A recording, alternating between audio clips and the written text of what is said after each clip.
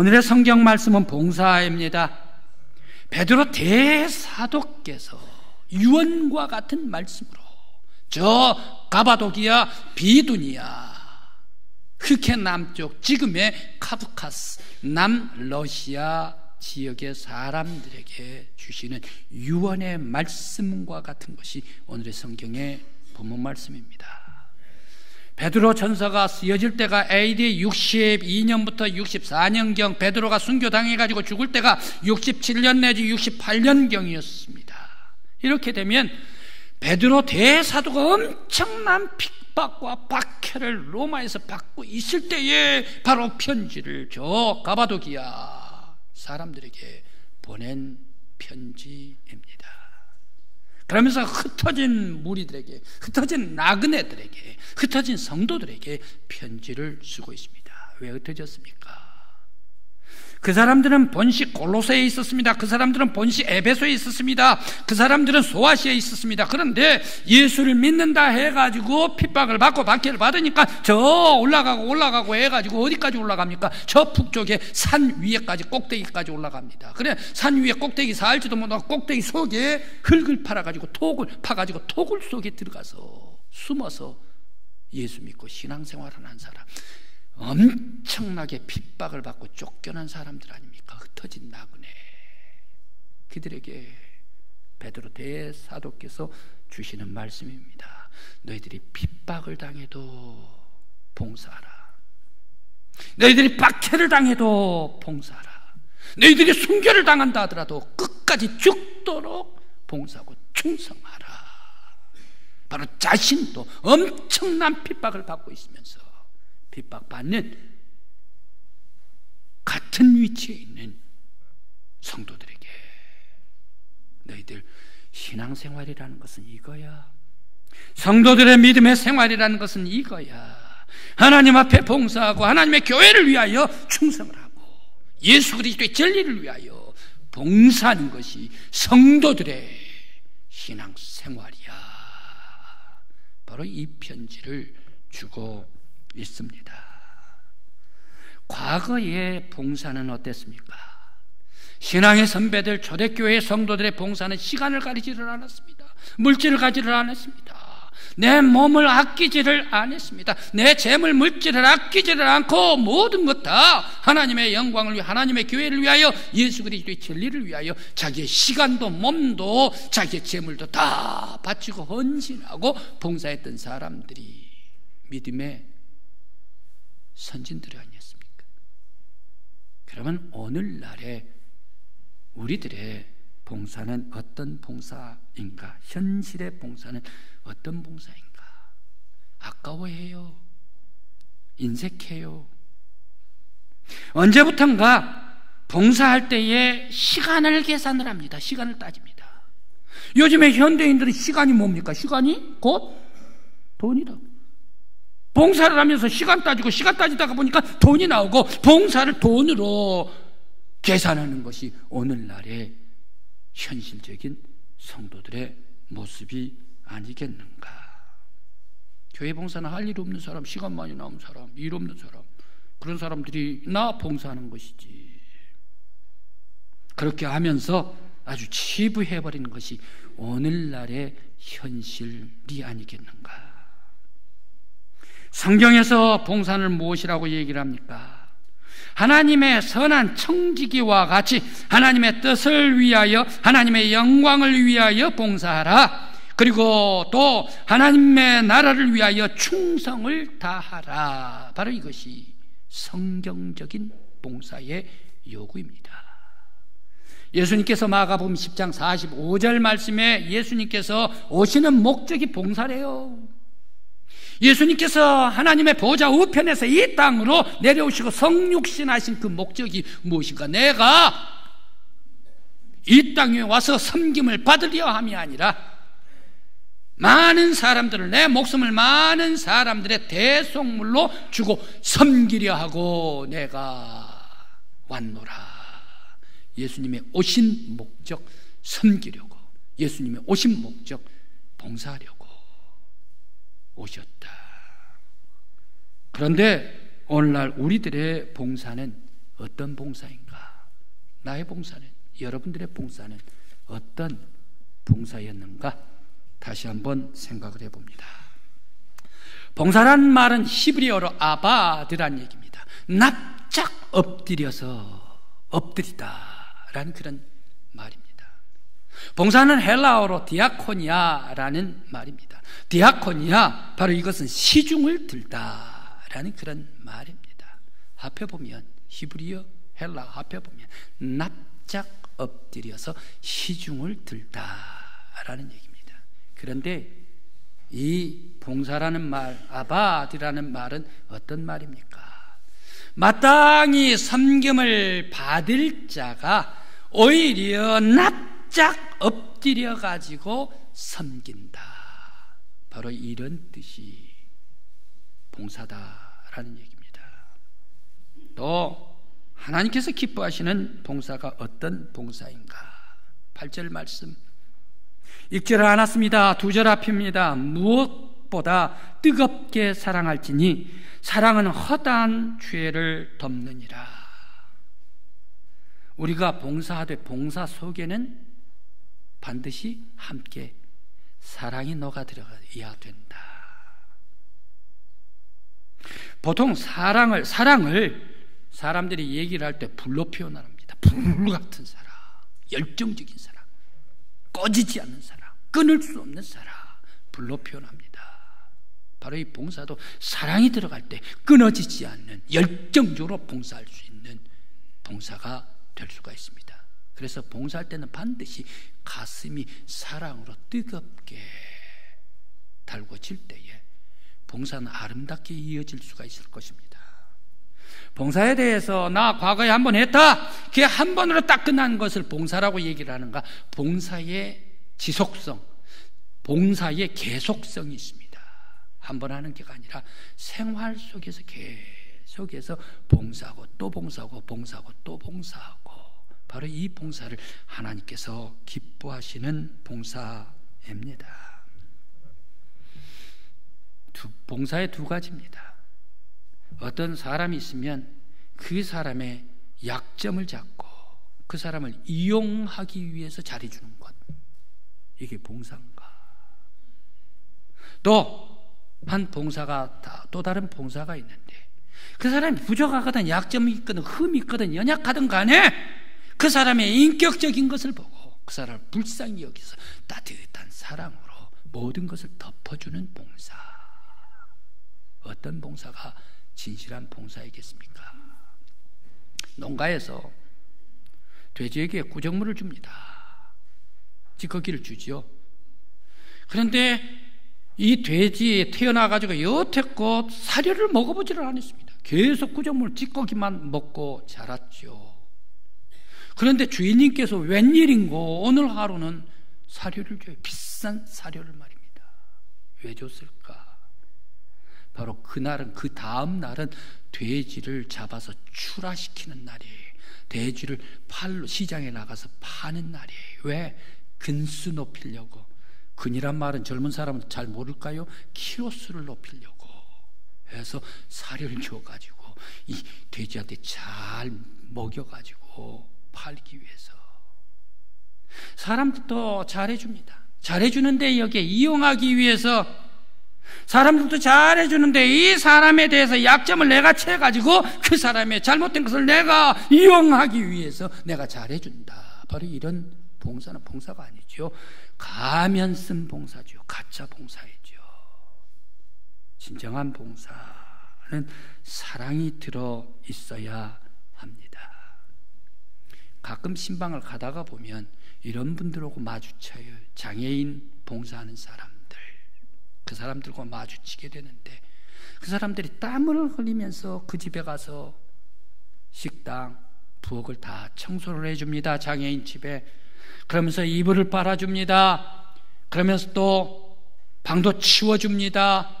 그 사람이 장애인이 하지를 못하니까 목욕도 시켜줍니다. 몸도 다 닦아줍니다. 그러면서 땀을 해서 열심히 합니다. 그런 땀 흘리면서 수고하는 그 손 볼 때, 그 손은 사람의 손으로 보이지를 않습니다. 따뜻한 손, 사랑의 손, 사랑이 담겨있는 이 봉사의 손은 천사의 손이더라. 예수님의 손으로 보이더라. 바로 이것이 진정한 사랑 담는 봉사입니다. 성도 여러분, 여러분들의 봉사도 진정한 사랑을 닮아서 예수의 손으로 천사들의 손과 같이 날마다 나바드 엎드려 가지고 진정으로 봉사하는 저와 여러분들의 삶이 되시길 간절히 기원합니다. 또 봉사에는 말씀이 있는 봉사를 해야 합니다. 오늘 11절 말씀, 누가 말하려면 하나님의 말씀을 하는 것 같이 하고 누가 봉사하려면 하나님의 공급하시는 힘으로 하는 것 같이 하라 라고 말씀을 하십니다. 말로서 봉사를 할 때에 하나님께서 말씀하시는 것으로, 그리고 봉사를 할 때에 남을 돕고 봉사를 할 때에 하나님께서 하나님의 힘으로 봉사를 하라 라고 말씀하십니다. 사도행전 6장 2절 말씀에 사도들이 얘기를 합니다. 수많은 사람들, 헬라 과부, 히브리 과부들이 막 밀려와요. 가난한 사람 돕고 돕지요. 그때에 우리가 사도들이 얘기를 합니다. 우리가 어떻게 말씀을 뒤로 제쳐놓고 봉사만 할 수가 있겠는가, 공개만 할 수 있겠는가. 우리들은 말씀을 전하겠다. 집사를 세워가지고 너희들이 봉사하고 공개하라 라고 말씀을 하십니다. 봉사는 반드시 뭐가 있어야 됩니까? 앞서 가야 되는 것이 하나님의 말씀이 있어야 합니다. 예수님께서 병들고 힘들고 가난한 사람들, 귀신 들린 사람들, 그러한 사람들에게 말씀을 하십니다. 고쳐주십니다. 치료해 주십니다. 어렵고 힘든 사람들이죠. 마태복음 8장 13절 말씀에 중풍병 들였던 하인이 있는 백부자, 가버나움에 있었습니다. 예수님에게 찾아 나옵니다. 예수님, 하인이 중풍병 들었습니다. 고쳐주소서. 그래, 들어가자. 막사로 들어가. 아닙니다. 여기서도 말씀만 하시면 내 하인이 낫겠습니다 라고 말을 합니다. 그때 예수님께서 뭐라고 말씀을 하십니까? 그 백부장에게, 이야, 이만한 믿음을 내가 본 적이 없다. 내 믿음이 크도다. 내 믿음대로 될지어다 라고 말씀을 하십니다. 바로 이 백부장은 이방 사람입니다. 그 사람은 백부장이기 때문에 군인입니다. 군인이기 때문에 로마 사람입니다. 이스라엘 사람이 아닙니다. 본족 속에는 이만한 믿음이 없다는 얘기예요. 이방 사람임에도 불구하고 어떻게 이렇게 믿음이 큰가. 네 믿음대로 될지어다 라고 주님께서 말씀을 하십니다. 또 혈류병 들었던 여인, 예수님 뒷자락만 만져도 내가 치료를 받겠습니다. 바로 이러한 믿음으로 예수님 옷자락을 잡았지 않습니까? 예수님께서 뒤로 돌아보시면서 하는 말이 여인에게 뭐라고 얘기를 합니까? 여인아, 네 믿음이 크도다. 네 믿음대로 될지어다 라고 말씀을 주십니다. 바로 그때에 바로 이 여인 깨끗이 나음을 받았습니다. 바로 힘든 사람, 아픈 사람, 병든 사람에게 예수님께서 말씀을 쏟아놓는데 어찌 그리 힘을 주는 말씀, 능력을 주는 말씀, 은혜를 주는 말씀, 구원을 주시는 말씀, 생명으로 충만케 해주시는 말씀, 영혼의 기쁨을 채우는 말씀을 주시는가. 그뿐이 아닙니다. 마태복음 15장 28절, 수로보네게 여인, 그 여인의 딸이 귀신 들렸습니다. 그러면서 고래고래 예수님에게 고함을 지릅니다. 낫게 해주소서. 그러면서 개들도 주인의 상에 던지는 부스러기라도 먹습니다. 예수님의 부스러기 은혜라도 내게 채워 주시옵소서라고 소리를 지르고 예수님 앞에 나왔습니다. 그때 예수님께서 그 여인에게 말씀을 주십니다. 내 믿음대로 될지어다. 예수님께서는 현장에서 가늠하고 잡혀온 여인, 돌로 쳐버리면 그 생명이 날아가 버리죠. 찍히지요. 수많은 돌들의 무덤이 돼버리죠. 그 여인에게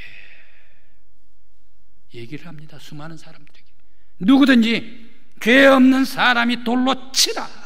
어른들부터 아이에 이르기까지 씩씩거리다가 어른들이 먼저 가고 아이들이 나중 갑니다. 왜 그렇습니까? 애들은 죄가 있는지 없는지 몰라요. 죄를 별로 지어본 적이 없기 때문에. 어른들은 알아요. 죄가 있으니까 그냥 얼른 놓고 가지요. 어른들, 아이들도 다 내려놓고 떠나갑니다. 아무도 없이 예수님과 둘이 있었습니다. 예수님께서 뭐라고 말씀을 하십니까? 나도 너를 정죄하지 않는다. 다시는 범죄하지 말라. 그 영혼을 살리는, 구원시키는 말씀을 주신 예수 그리스도의 언어였고 말씀이었습니다. 주님의 언어는 생명을 주시는, 예수님의 언어는 기쁨을 주는, 은혜를 주는, 소망을 주는, 힘을 주는, 격려하는, 그리고 용기를 주는 은혜로 충만한 말씀을 주셨습니다. 그런데 나의 입술은 어떤 말을 하고 있나? 나의 입은 사람들을 절망하게 하는가? 사람들에게 슬픔을 주는가? 사람들의 아픔을 흔들어가지고 상처를 더욱더 해치는 말을 하는가? 사람들을 저주하는 말을 하는가? 우리의 말은 하나님께서 말씀하시는 것과 같이 하라. 하나님께서 말씀하시는 말씀, 곧 위로의 말씀, 힘을 주는 말씀, 격려해 주는 말씀, 소망을 주는 말씀, 구원을 주는 말씀, 생명을 주는 말씀, 아름다운 말씀, 바로 이 말씀이 우리들의 언어가 되어야 할 줄 믿습니다. 전도자의 언어가 어떤 말이 되어야 할까요? 전도자들이 나쁜 언어를 하고 전도자들이 악한 행실을 할 때에 그 나쁜 말을 퍼뜨리고 악한 행실을 해가고 다른 사람 헐뜯는 그런 사람이 전도를 한다면 그 전도받고 교회에 나오고 싶겠는가? 예수 믿고 싶겠는가? 아니란 얘기. 전도자들은 사랑과 봉사와 수고와 헌신이 있을 때에 바로 전도를 할 수가 있습니다. 우리 성도 여러분들께서는 선하고 아름답고 따뜻하고 우아하고 멋있고 복되고 사랑스럽고 인격적이고 위로의 따뜻한 말이 나의 언어, 우리 교회 채우는 언어가 되시길 간절히 기원합니다. 그래서 땅이 있다면 농부들은 어떻습니까? 씨앗을 뿌리고 파종하는 것이 농부들의 일 아닙니까? 성도들이 신앙생활을 한다면 늘상 전도하고 씨앗을 뿌리고 복음의 말씀을 전하고 파종하는 것이 우리 성도들의 의무가 아닙니까? 우리 성도들의 늘상 뿌리고 베풀고 나누고 전도하는 어느 삶이 신앙적인 삶, 따뜻하고 사랑스러운 저와 여러분 인격적인, 어디에 있더라도 기쁨이 웃음이 충만한 천국의 백성과 같은 우리 교회의 언어가 우리 교회를 채우는 여러분들의 언어가 되시기를 간절히 기원합니다. 또 하나님께서 기뻐하시는 봉사자는 청지기의 봉사, 선한 청지기로 봉사하는 사람들이 되어야 합니다. 오늘 10절 말씀에 은사 받은 대로 하나님의 은혜에 맡은 선한 청지기같이 봉사하라 라고 말씀을 주십니다. 청지기란 말은 스튜어드, 남자 청지기, 여성 청지기는 스튜어디스, 바로 이런 사람, 관리자, 그리고 돌보는 사람, 사환, 주인의 것을 맡아서 공급해 주는 사람, 바로 이러한 뜻입니다.